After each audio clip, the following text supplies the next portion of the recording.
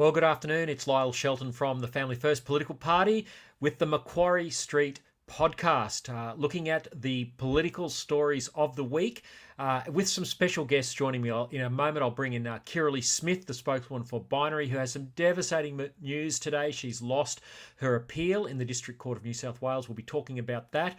I've got Bernie Finn joining me. Bernie is making a comeback with the Family First Political Party, I'm pleased to say. He'll be running for the Victorian Upper House, and we announced that yesterday. He was in the Herald Sun today. We'll be talking about that, as well as Albo's decision to recognise a state of Palestine, rewarding terrorists. Go and kill Jews, rape women, get rewarded with recognition of your state. It's been a week of shame for our nation. We'll be talking about that. We'll be talking about the pressure the Governor-General is under, because she is the patron of a political activist group, Equality Australia. The Governor-General is meant to be above politics. Kirralie and I will be discussing that. There's a whole host of other news, including that extraordinary press conference yesterday with the Victorian Premier Jacinta Allan, where she was asked about the so-called Respectful Relationships program. It's really just an indoctrination program to induct children into LGBTIQA plus gender fluid ideology, including teaching 5-year-olds that they were born with the wrong body parts. All that and more today. But I want to bring in Kirralie, good friend of mine. Kirralie, devastating news today about your court case. Welcome, Kirralie. Thanks for having me. Our thoughts are with you. Tell us what you can tell us. This was an apprehended violence order brought against you by a male soccer player. I can say the name, you can't. Stephanie Blanche, a bloke playing soccer against women in a competition here in Sydney. It's been a long, drawn-out process. He took you to court. You appealed against an apprehended personal violence order. You lost today. That was the big news at the District Court of New South Wales. Yeah, correct. Well, look, when he first brought it against me, it was denied. He appealed and was successful, and then we appealed and we were not successful today. So this has been going on for quite a while. Not a Sydney player, one up in my local area. Okay, my apologies for that. Yeah, okay. And you've been calling out there's a lot going on, isn't it? You've been calling out the Flying Bats. They are the Sydney, but this guy was up in your area.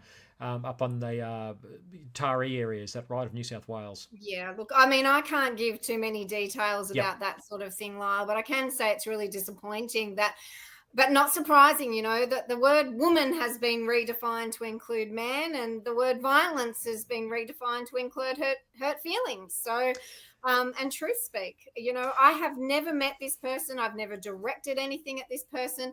All I did was take information that was publicly available, public domain on Facebook.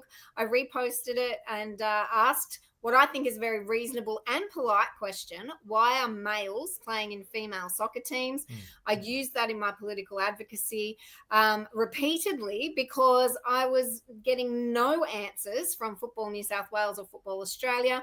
I was trying to get media attention, trying to raise awareness in the public, and apparently that's harassment and violence. And so now I'm under orders not to refer to or identify this person. And it leaves women with no place to go in advocating for single-sex spaces in sport, in services, or anywhere else in public life in New South Wales. Because if you do, you could end up being accused of harassment and violence for simply advocating for sex-based rights. Kirralie, this is just unbelievable. So much to unpack in what you've just told us there. Let's just take this step by step. An apprehended personal violence order. You've never seen this, but you've never had a physical interaction. There's never been any violence. So the violence, the supposed violence, is you posting on Facebook about the fact that this biological male was playing against women. That's the act of violence, apparently, according to the court. Yeah, that's my understanding. Obviously, there's a lot of legal mumbo jumbo, but right from the outset, everyone in court except me referred to this male as she, her, miss, and it's happened in all the cases that I've been a part of. So I don't know how you get a fair hearing, when the evidence and the facts are so easily disregarded. There's been a lot of things spoken about in the case that I very strongly disagree with, but I'm not able to mention or talk about. But again, the bottom line is I haven't met this person. I haven't directed anything toward him. I have no ill feelings toward him whatsoever. I simply want to see women's sport have to be single sex, women, female athletes to be able to speak up about it without being gaslit, threatened, intimidated, or dragged to court for doing so. Yet it seems like the courts have proven again today that that's not the case, and that males who want to be women have far more protections under law than women themselves. So if you're a mum or a dad out there and you want your daughter to be able to play against other females and not have to play against blokes who are bigger and stronger, this court decision today means if you call that out or make a comment on Facebook or even go and complain to the other side, you could end up with an apprehended personal violence order slapped on you, just like you have today through the legal system. Yeah, that's absolutely correct, Lyle. That, and especially if it's repeated, as in my case, I did repeatedly ask the question and, used it as part of my political advocacy. And that's unacceptable according to the courts. Which is you mentioned the legal process. This has been going on a long time for you. But, you're behind the eight ball when the judges in the court are using, I'm going to say non-natural pronouns, because this person, I went to one of your court hearings along with a whole bunch of other people just to support you. I saw this individual. Clearly, he's a male. He dresses That was as a different female. one. Sorry, Lyle. That was different the other one. Okay, it's all very confusing. Okay, you are in so much legal trouble. Yes. Yeah, okay. How much trouble are you in? That's a lot.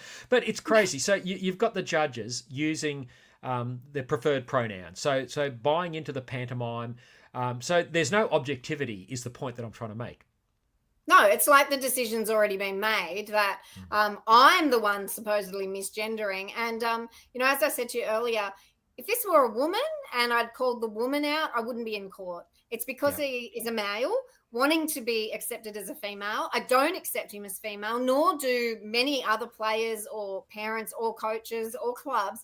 Yet we're all told that we must accept him, that we must make accommodations for him, and we mustn't dare misgender him or oppose or ask the very reasonable policy questions and try and engage at a public policy level, because that's what I'm concerned about. I'm not interested. He's just doing what the policy allows him to do. I'm interested in the policy. And I think that we have to be able to use case studies and examples. Imagine if no one was able to name Leah Thomas in America. Yeah. That whole, everything's fallen and come down around the gender nonsense in America because people were able to name Leah Thomas, expose exactly what it is he was doing. But here in Australia, if we even mention the names of these men, if we identify them, if we use public information, we're in trouble. This is background. And for our audience who mightn't be sure who Leah Thomas was a male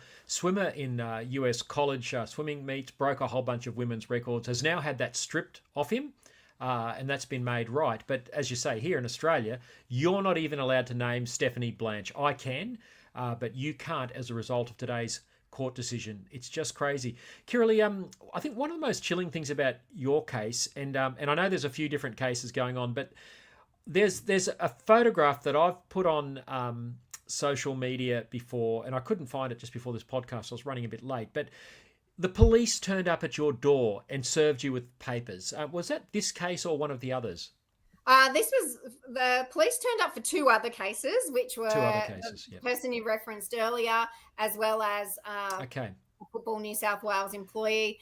This one that I'm currently under was applied for on a personal level a little bit after that one. Yeah. But I guess my point is you've already had the police turn up at your doorstep over these issues. You've now lost a court case today. Tell us about the other legal case or the other legal cases that you still face. Yeah, I've got a decision for two vilification cases, one for this player and one for the other player that you came along to. They're due on the 26th of August. And in essence, exactly the same content and facts of the matter, where because I have identified them using information from the public space, not directing anything towards them, but questioning why their participation in female sports is acceptable. I have been accused of vilification under the Anti-Discrimination Act. This is just nuts. We've got some comments coming through. Trace Traeger says, "Stay strong, Kirralie. We're praying God's blessing and favour for you." Thanks very much for that, Trace. Keep those comments coming, folks. Kirralie, this is nuts. This anti-discrimination law, anti-vilification law, it's pretty much identical law. It's in all states and territories of Australia. There's even a version of it at Commonwealth level. I'm also being sued, as many people will know, by two drag queens under similar legislation. And of course, we've had Sal Grover, her case before the full bench of the Federal Court of Australia held last week. And again, she's been in hot water for so-called misgendering, this Roxanne Tickle individual, biological male, because of her giggle application for girls only. There's plenty of us that are facing legal action at the moment because of this issue of biological males seeking to encroach girls' and women's spaces. The madness has got to stop, hasn't it?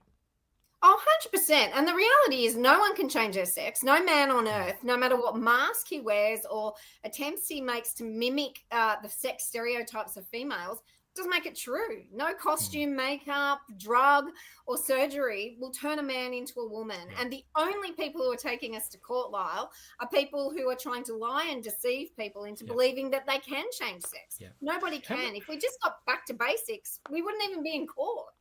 How much has this cost you, the cumulative legal actions against you, Kirralie? Well, I need to add it up, but over $200,000. Over $200,000, and I know there's been some crowdfunding to help that through Binary. Where can people go to support your legal defence?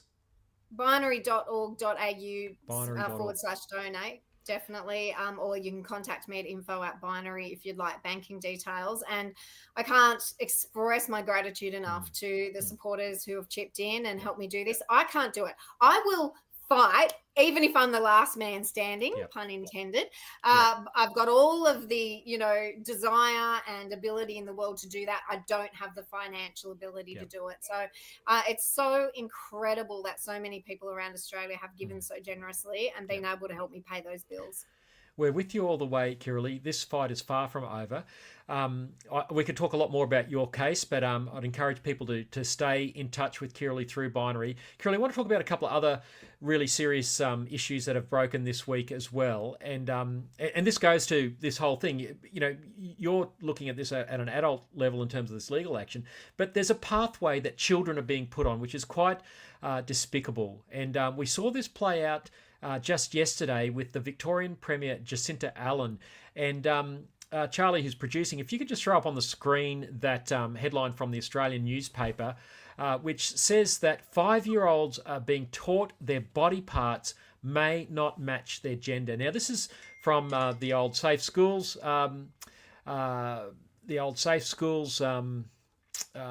program that's gone into schools now, rebadged as Respectful Relationships. Jacinta Allan was asked about this at a press conference yesterday. Let's just play that video. It's disgraceful nonsense. Like, seriously. This sort of ongoing attack on a program that is making a difference in kids' lives just should be stopped. It should be stopped. It's disgraceful reporting. It's hurtful. When you consider the incidents that transgender kids are 15 times more likely to kill themselves, we should be supporting them. We should be supporting them across our schools, across our society, across our community.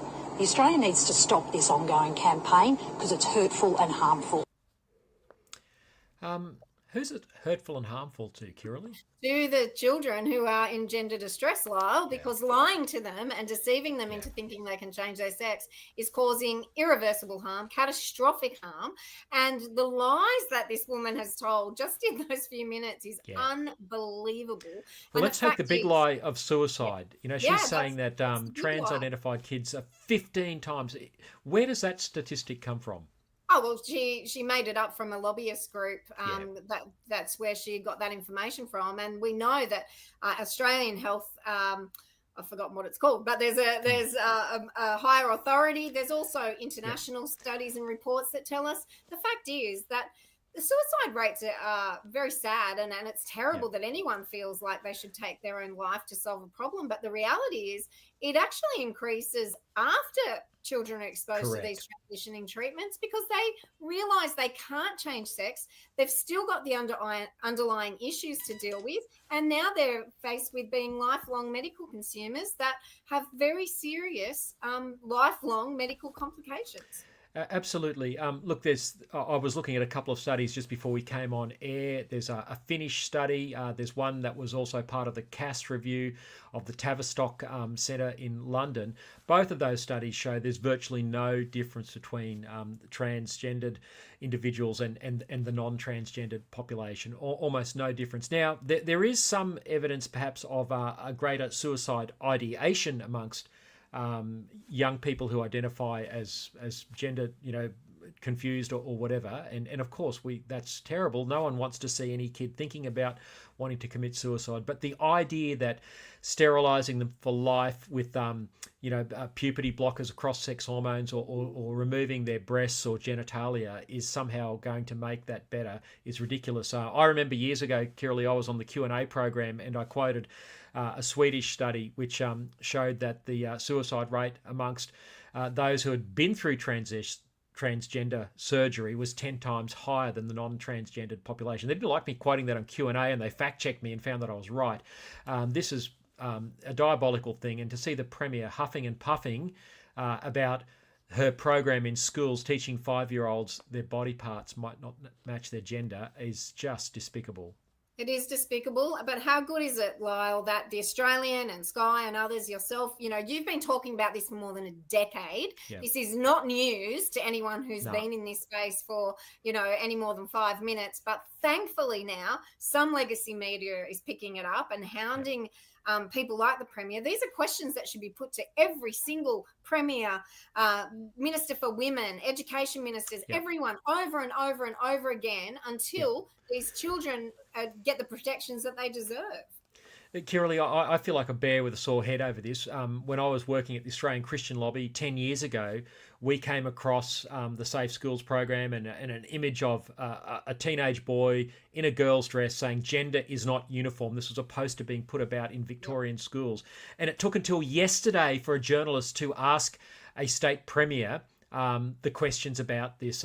10 years, how much damage has been done to children. You've released the book Devastator that chronicles the effect on families and children of these policies. I tell you what, it makes me quite angry at our current crop of politicians that they've sat with such inaction for more than a decade as child's lives have been destroyed and families devastated. Yeah, and then to spruik such nonsense that we're being the harmful and hurtful ones is just utterly bizarre and ridiculous, but provably, she can be proven to be lying and deceiving in that, and we just need to keep calling her and others out. Well, the Victorian Premier, she looked very uncomfortable in that press conference yesterday. It was terrific to see the heat being applied on her, and good on Rachel Baxendale from the Australian newspaper for pursuing this. I'd encourage everyone, if you don't subscribe to the Australian, subscribe to it. They are the only newspaper that's covering this issue. Of course, Bernard Lane previously had been. There's a lot happening in this gender space. The wheels are falling off the rainbow political movements designs on children. And further evidence of that was the last thing I'd like to discuss with you, Kirralie, before I bring Bernie Finn in, and that is the Governor-General. And again, great work by the Australian newspaper. You can see on the screen here, Governor-General's trans lobby patronage must end. Now, Family First had a little role in this. We're actually quoted in this story. We called for the Governor-General to resign as patron of the Rainbow political lobby group Equality Australia, which advocates for child gender transition, but also Equality Australia was an intervener in the Sal Grover Giggle v Tickle case last week in the before the full bench of the federal court. And so here they are as a political activist group lobbying this time to the courts, and yet the Governor-General is the patron of this. This doesn't this doesn't pass the pub test, does it, Kirralie? No, not even in the slightest, Lyle. I mean, this is an organisation, an activist organisation that, is even against people in their own acronym. They stood against the lesbians. They've stood against gays to, totally disregard the fact that homosexuality relies on biological sex, whereas transgender and gender ideology denies biological sex.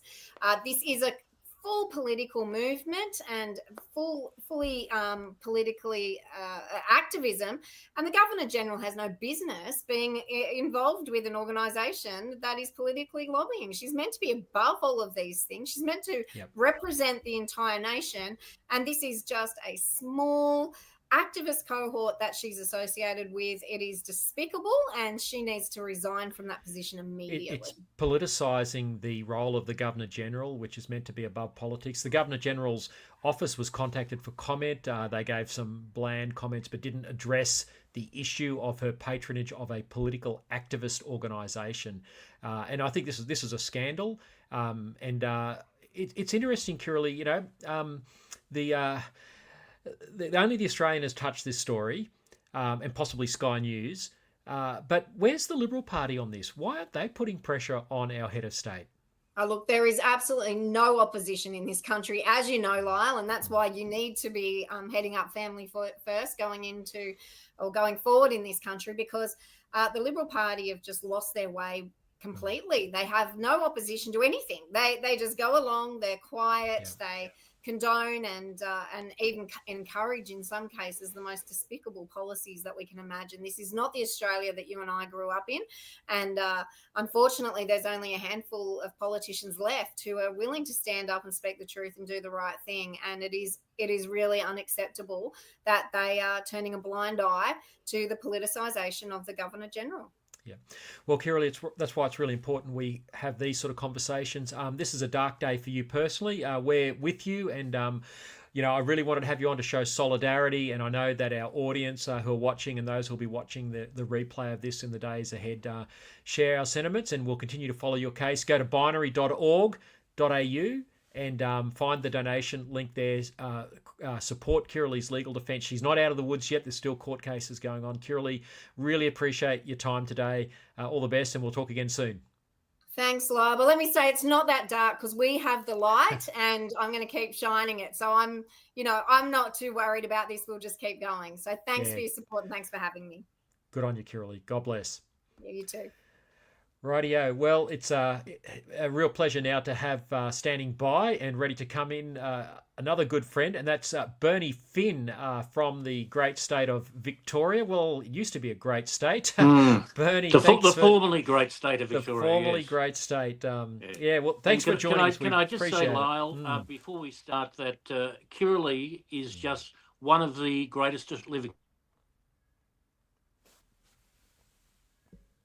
We've just lost your audio there. People want to give her money. People want to give her moral support, whatever. She's deserving of it. She is one gutsy lady.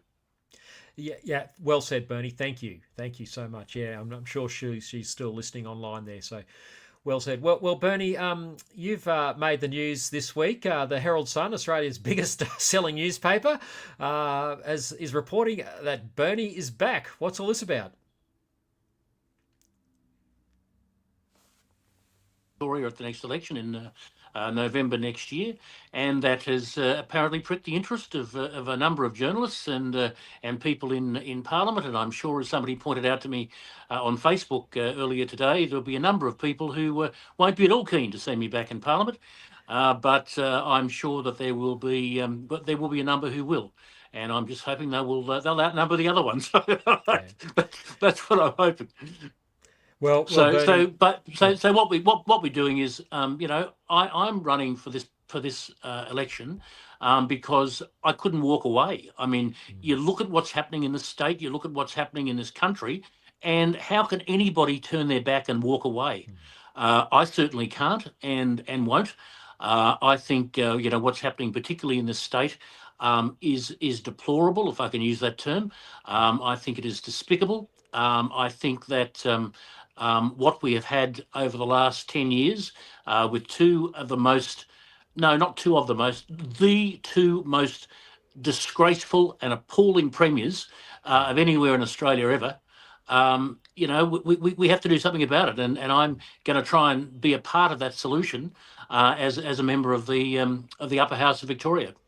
Well, look, let me say, Bernie, from a family first point of view, we're delighted that you've accepted our nomination, that of our federal executive, to run again. And, you could well be enjoying a quiet life, but I think we all appreciate your passion for our nation and for your state of Victoria. The state is a mess. It's in massive debt, crime's out of control. Both sides of politics can't work out what a woman is. You've got an energy system that's being run into the ground. Where do you start to try and fix things? Well, I think some common sense wouldn't go astray. And unfortunately, there's, I think it's the old saying, common sense isn't all that common. And that's particularly in Victoria at the moment. There is very, very little common sense, very, very little logic in anything that is done. Because, as I said earlier on Facebook again, the Premier, Jacinta Andrews, and I call her Jacinta Andrews because she is the despot in a pantsuit. And she and Andrews are basically the same, because what she said yesterday was disgraceful. Yeah. But you only have to go back a few years to when Daniel Andrews described parents who were concerned about what their kids were being taught. He described them as bigots. That's right. So this is the attitude that these people have towards parents who love their kids. Yeah. If this is the direction that we're going down. This is the direction that unfortunately we've gone down. What else could we expect from them? It is just despicable. I mean, I've spoken for some time now, and you've heard me a number of times speak about the war on children in this country, and unfortunately, Victoria is the centre of that war, and it starts where before children are even born. It just works its way right through until they get to university, and it is despicable, it is disgraceful, and I think it is absolutely shameful, and I think the Premier should hang her head in shame. And if I was her, I'd get out, because I wouldn't be able to look at my kids at night. The trouble is, Bernie, the Liberal opposition there is so weak. I mean, yesterday, yes, and you just referenced it, Kirralie and I were just talking about, we played that clip of Jacinta Allan's press conference yesterday where she fired up over the idea that anyone should question the idea that a 5-year-old should be taught that they've got the wrong body parts. You're right to call it a war on children. If you've got a kid in a school in Victoria, you'd be thinking seriously about withdrawing them. And oh, absolutely. Where the heck is the Liberal Party on this? They've said boo about this. Lyle, where is the Liberal Party on anything in Victoria? The Liberal Party barely exists. The only reason the Liberal Party is in existence at the moment is to fight each other. They've got a state council coming up, I think it's next month or in September, and that is the entire reason for its existence at the moment, to fight each other, to fight the faction fights on the floor of state council. That's all they're worried about. They're not interested in the state. They're not interested in the people of the state. And now we have polls which are showing that Jacinta Andrews will be re-elected as a result of the fact that there is no opposition. It's horrendous. I mean, this state is stuffed, if I can use that term. It is in a bigger mess than it was in 1992, when I was a member of the Kennett government then, and we thought we were in a bad way then. But now it's a hell of a lot worse, and it's going to get worse. And it's not just a financial issue. It's not just, looking at the figures and wondering where we're going to get out of the hole, or how we're going to get out of the hole. But we are looking at a social disaster. We are looking at an economic disaster. We are looking at a future for Victoria that, quite frankly, doesn't exist. And it is horrendous. I mean, somebody who grew up here, and I remember my maiden speech to the Legislative Assembly a long time ago, I spoke about how I enjoyed growing up in Victoria, and what a delight it was, growing up on the farm, and it was relaxing and it was wonderful. And you can't say that anymore. I mean, farmers these days are all living in panic. They never know when the government's going to come knocking on the door to put windmills up in their backyard, or solar panels. You've got the animal lobby, the extreme animal lobby, wanting to close them down. You've got businesses which are begging to be left alone, being told by government that they have to pay more and more and more and more in energy fees, in power fees. Well, you know, these are people that are going to be forced out of business. They're going to be forced offshore if they can afford to go offshore. And of course, that is going to create an enormous number of job losses in Victoria. And that's going to hurt families. You know, if mum and dad haven't got a job, how are the kids going to go to school? You know, how can the kids, you know, do the sorts of things that kids want to do without the sort of money that mum and dad would make if they were working? You know, if this continues and the destruction that is guaranteed actually comes about, you know, it's just too horrendous to think about. And it's something that I am so committed to exposing, so committed to turning around, that, you know, I sometimes wonder about my blood pressure, because it really is something that concerns me enormously. You know, I look at my own kids, I think of my grandkids that aren't around yet, but you know, I hope some stage maybe, and I think to myself, well, you know, where are they going to be? I mean, we've got a situation where for the next 3 generations, we as Victorians are going to be paying off the state debt, and there's going to be no ability to do anything else but tax. That's it. Well, Bernie, and as we know, tax means bankruptcy. And Victoria is the state of the highest taxes in the nation. It is. We've got to get you back into that Victorian upper house, Bernie, to bring that common sense into the place. Well, I've got to tell you, Lyle, if I do get back into the upper house, and I'm hopeful that I will, but if I do get back into the upper house, they'll know I'm there. Yeah. I can absolutely guarantee it. They will know I'm there, because I am furious about what they have done to this state. You know, as I say, I went through some very, very difficult years after 1992 when we were elected. We went through some difficult years. We got the state back on track. We got the budget back into a sustainable position.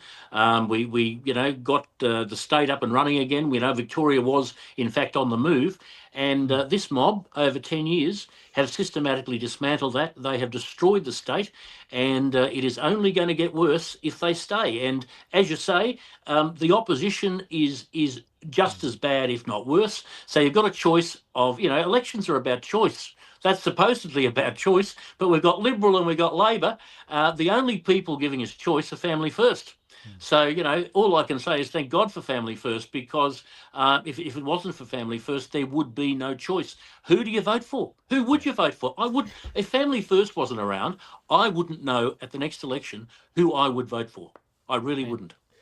No, well said. And we've also endorsed this week Jane Foreman, who's our Family First chair, and someone who you've been collaborating with. Great lady who's does a wonderful job, mobilised 1,000 volunteers in the federal election. We're building a platform with this political party, and I think we're well poised for the Victorian election next year. We've got South Australia in March, New South Wales 2027. Bernie, just want to move on to a couple of federal issues, and I know this will fire you up. You're rightly fired up about Victoria right now, but this week we saw our Prime Minister Anthony Albanese and our Foreign Minister Penny Wong and their cabinet recognise a non-existent state of Palestine.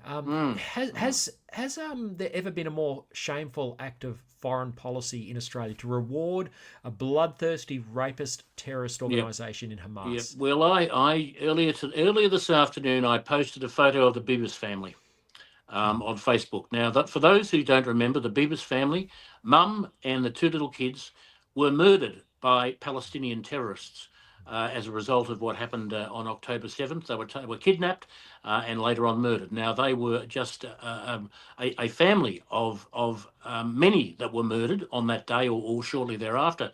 And for Anthony Albanese to be embracing the people who did this, I think brings nothing but shame on him. It brings nothing but shame on our country, and he is without doubt, the worst Prime Minister this country has ever had. I mean, I remember when I was a teenager, or pre-teen, in fact, Gough Whitlam was so bad, he made me a Conservative for life.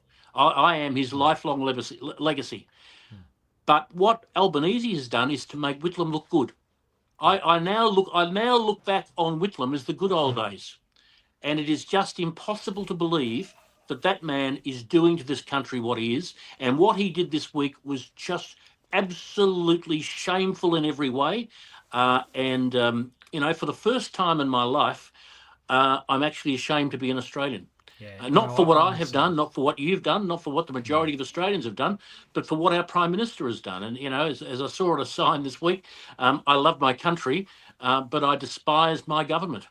That pretty much sums up how I feel. Well, our audience is agreeing. Bernie Maz Jackson says, I'm so ashamed of our government recognising Palestine. And you've said it, I've said it.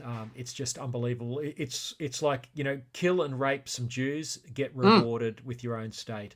I mean, people are rightly making, why don't the Taiwanese do some raping and killing, and maybe, Albanese might recognise, Taiwan as its own nation as well. I mean, it's just ridiculous. The idea that, you can make criticisms of Israel's military policy and tactics and whatever. I personally think that's a hard call, because they're in a despicable situation there, in a war zone where they've got Hamas terrorists hiding behind women and children, firing on IDF soldiers out of children's bedrooms. The tunnels all go into underneath kids' cots. It's a despicable situation. We know that Hamas have been firing on people at the aid stations, but of course the international media blames the Israeli Defense Force. I mean, the demonization of Israel, the defamation of Israel over this is just unbelievable. I mean, if someone the role of the media, Lyle, in this, Lyle, is absolutely disgraceful. These people have with the exception of a couple of outlets, these people have no credibility left. None. The New York Times running that child who was allegedly starving and found to have some other degenerative disease, not starving at all. I mean, this is. 6 o'clock used to come along, and I'd sit down religiously and watch the news. I don't bother anymore. I don't care, because I know that three-quarters of it is BS. I mean, I just don't believe what they tell us. They don't tell us the facts. They tell us their opinions, and generally speaking, there's an agenda behind that. And I can't wear that. And I've got to tell you, Lyle, something else that I can't wear, and that is this mob called Emily's List. Now, they say they believe in women, they support women's rights, and all the rest of it. What about their government that has just embraced a terrorist organisation that uses rape as a weapon of war? And crickets from Emily's List, not a word. So is Emily's List embracing rape? This is the question we need to know. Is that what they're doing? Is that what they're believing? Are they believing that? And it seems to me they are. I mean, silence is consent, and it seems to me that their silence tells us exactly where they stand. Well, look, Albanese has tried to justify this, saying that he had a phone call with Mahmoud Abbas, the 89-year-old president of the Palestinian Authority. Now, this is a guy, who supposedly said, suddenly, we believe that Israel should be allowed to exist, having spent a lifetime rejecting peace deals that offer a two-state solution. This is a man who presides over an education curriculum that teaches Palestinian children to hate Jews, says, no, we're not going to do that anymore, because, he's told Albo everything's going to be fine. Therefore, I mean, none of this, it just defies credibility that suddenly they don't want to kill Jews or teach their kids to hate Jews. This is a bloke, remember, Lyle, who Yasser Arafat once accused of stealing money from the PLO. Yeah. So, he's I mean, if you steal money from the PLO, there's not much you won't do.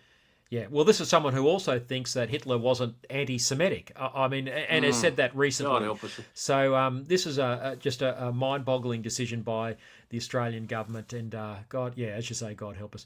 Bernie, let's finish on something a little bit more positive. One of the cultural battles that I think we're starting to see some positive movement on is the debate over childcare. Now, part of this has been as a result of some terrible revelations of abuse in your home state of Victoria, but also Queensland, where childcare workers have been found to be sexually abusing babies. I mean, just every parent's worst nightmare. Yep. But the former Neighbours star, very famous Australian actress Madeline West, came out this week, and she has called for childcare subsidies, taxpayer money, not just to go to the institutional childcare, but to be able to be paid to mums and dads who might want to care for their kids at home. That eliminates the risk of some, abuser getting hold of your kid while they're changing his or her nappies. But it's just common sense. Lyle, this sounds remarkably familiar. I can't begin to imagine where I've heard this before. Could it be family first policy? And family first has had this policy, I think, since Family First Mark 1, and of course it's been readopted under Family First Mark 2, and that is a very, very clear and a very, very strong policy of changing the system to allow one parent to stay home and raise their own children. A radical idea, I know, but that's something that I think would help not just parents, not just kids, but it would help society. And, how is it fair, Bernie? How is it fair that the billions of dollars in taxpayer money that you and I are all forced to pay can only go to a childcare institution? It cannot go to a mum or a dad who decides to care for their child at home. How is that Well, it fair? wouldn't be. I'd go a little bit further. I wouldn't even go just to mum or dad. I'd talk about grandparents as well. Of course, because there are huge numbers of grandparents out there who are minding their kids almost on a full-time, or their grandkids rather, almost on a full-time basis. And to say that it disrupts their retirement would be somewhat of an understatement. So I think it would only be fair and reasonable if they're doing that they too should be paid and should be compensated for their time and their assistance in that. Yeah. Would be entirely a reasonable thing. But this has to happen. It is ludicrous that and you almost wonder how much some of these childcare facilities are kicking into the coffers of the Liberal and the Labor Party. Yeah. You've got to wonder about that. This is not on this idea that you and I have been spruiking and others on the conservative centre right of politics, and now Madeline West, who I don't know her politics, but she's from the entertainment industry generally. They're not aligned with you and I, but it's just common sense. But this is not on the agenda of Susan Lee or Anthony Albanese. No, it is certainly not. And Anthony Albanese is too busy roaming the stage, the international stage, trying to be the great international statesman, and isn't he being so successful there? And Susan Lee, well, we don't know what she's on about. She's just not doing much at all. In fact, I saw something a little bit earlier. Susan Lee said something, and I just wrote down the bottom.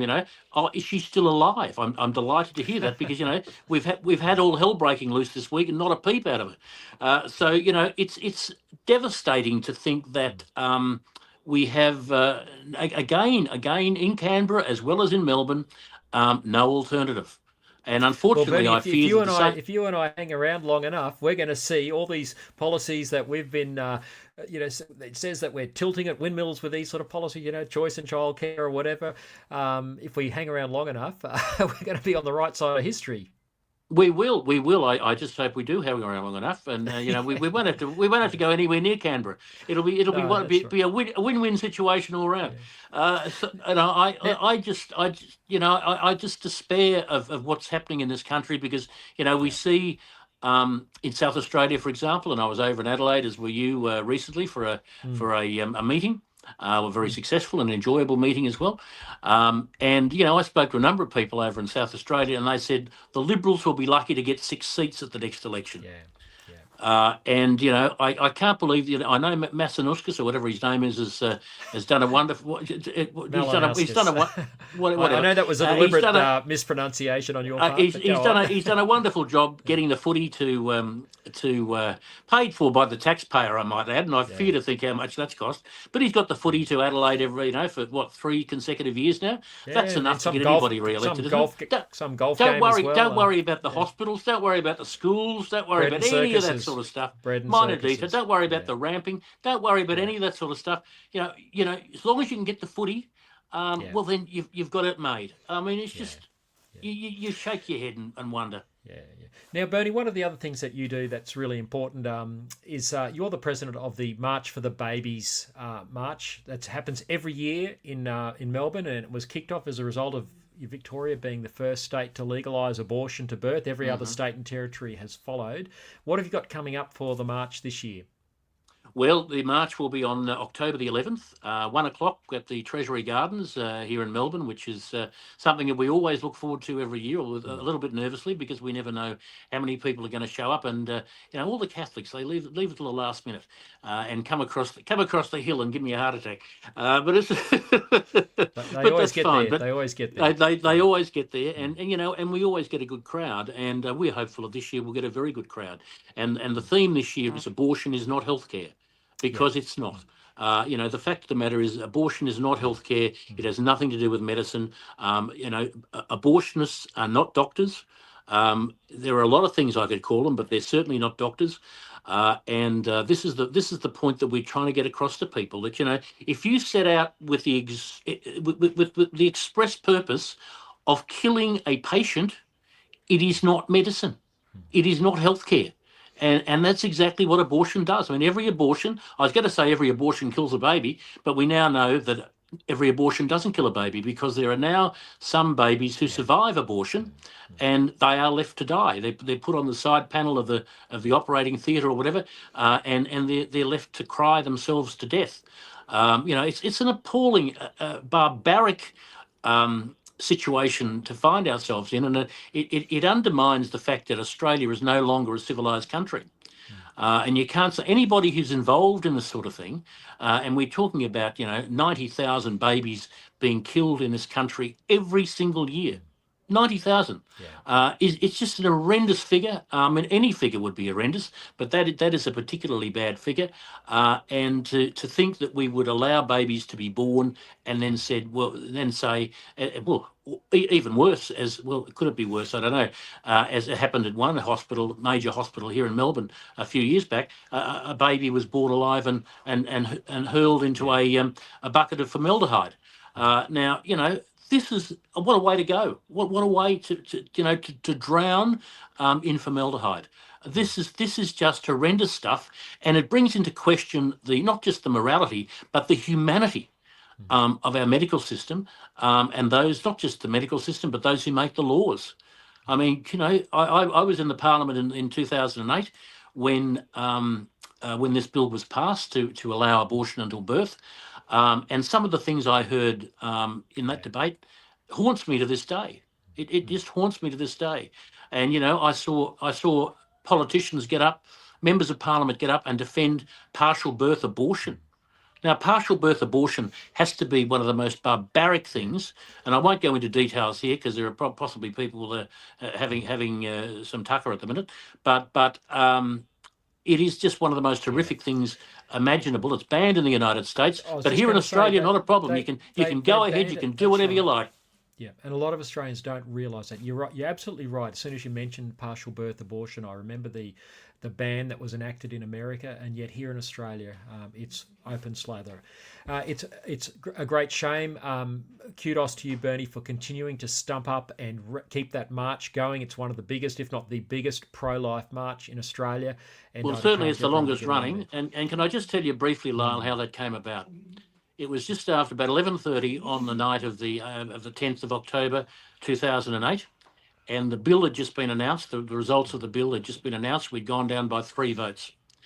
And I was devastated, naturally enough. And I put my head between my legs. And I said, Rab, hello. Did I just say hello from now? Electricity TV spoke last year. I think it is Rab, yes. The joys of autism. And I put my head between my legs and I said, Lord Jesus, what do we do now? And straight away, without hesitation, straight into my head came March for the Babies. So I took that as a direct order. When you get direct orders, particularly from the boss, you don't knock it back. So that's why we have March for the Babies every year since, and we'll continue to do so until such time as our protest becomes a celebration. And one day it will. I know. I just hope I'm still here to see it. But I know one day it will. No doubt, Bernie, this will be another issue where you and I and so many others will be on the right side of history. Bernie, I really appreciate you giving your time today. Encourage people to check out the Family First Party website. You can read about Bernie back in the fight, running for Parliament again with Family First. We're delighted about that. We need your common sense there. Great to see the little feet lapel on your jacket there, pro-life statement. And we'll talk again soon, Bernie. Thanks so much for joining us today on the Macquarie Street Political Podcast. Look forward to it, Lyle, and look forward to seeing you in Macquarie Street on a more permanent basis after the next election. That's the aim. That's the aim. Great stuff, Bernie. All the best. God bless, and go those Richmond Tigers this weekend. Oh, God help us. Very good. Well, folks, that's just about it. I just want to remind you that the Family First Political Party's National Conference is coming up very soon, 5th and 6th of September here in Sydney at the Epping Club, and love you to get along. You can go to our website and register. Registrations close on the 1st of September, not far away. You can book in for the dinner. We've got Catherine Dees, the solicitor who was on the Sal Grover team, legal team in the Giggle v Tickle case. You won't want to miss what Catherine Dees has to say. We've got a terrific lineup of speakers on the Saturday talking about the issues which the major parties will not platform, talking about why net zero is net zero truth. We'll be talking about how your children are being indoctrinated in the education system. We've got Dr. Bella de Brera from the Institute of Public Affairs. We've got Jack Snelling from Family First talking about our federal election campaign. We've got Rachel Wong from Women's Forum Australia, talking about these cultural issues that are affecting girls and women. You won't want to miss this conference. Well over 100 people are booked in already.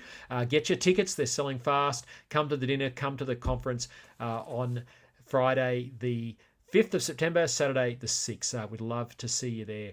I'm going to be in Melbourne tomorrow at the Women Will Speak rally. A number of us from Family First will be there on the steps of Parliament House from 11:30 a.m. tomorrow morning, and we're supporting these women who are fighting for girls and women's rights. This rally a couple of years ago was the one where Moira Deeming was part of, and which caused John Pesciuto to then demonise her as a Nazi associate, and he lost that defamation case, and rightly so. It all emanated from this event. I'll be there tomorrow in solidarity with women fighting for their rights. Who would have thought we would have come to this in Australia? I hope you've enjoyed this afternoon, our chat with Kirralie and with Bernie. If you've just come late, you can watch the replay. It's on the Family First YouTube channel. It's on Facebook. It's on X. It's on Spotify and Apple Podcasts. So you can catch up with the news of the week. This is something I'm doing every week, Friday afternoons at around about 4 o'clock, going live to you to talk about the big issues that are happening in politics. Until next week, go to familyfirstparty.org.au, continue to watch our blog. All the great breaking news is there. Follow us on socials, and look forward to seeing you again next week. Thanks so much for your company. God bless. Keep speaking up.